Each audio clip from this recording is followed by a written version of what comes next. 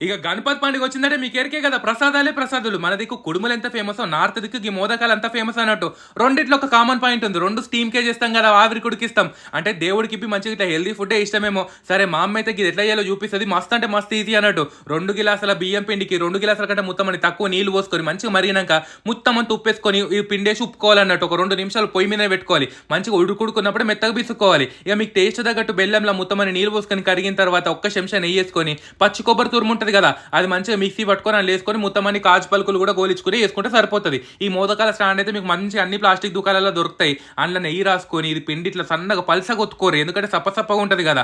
మంచిగా ముద్ద ఏదైతే ఉందో కొబ్బరి మిశ్రమం అందులో పెట్టుకొని ఇట్లా ఒత్తుకున్నారు అనుకోరి అన్ని సేమ్ అంటే సేమ్ సైజ్ దొరుకుతాయి. ఇక మంచిగా ఏం చేసుకుంటాం ఆవిరికి పెట్టుకొని ఇట్లా ఉడికించుకున్నారు అనుకోరి ప్రసాదం కాబట్టి మేము అరటాకు పెట్టినాం. వీడియో కూడా మంచిగా కనబడుతుంది కదా! ఇక చూసిర్రా 10 నిమిషాలు మంచిగా ఉడికినాయి అనుకోండి.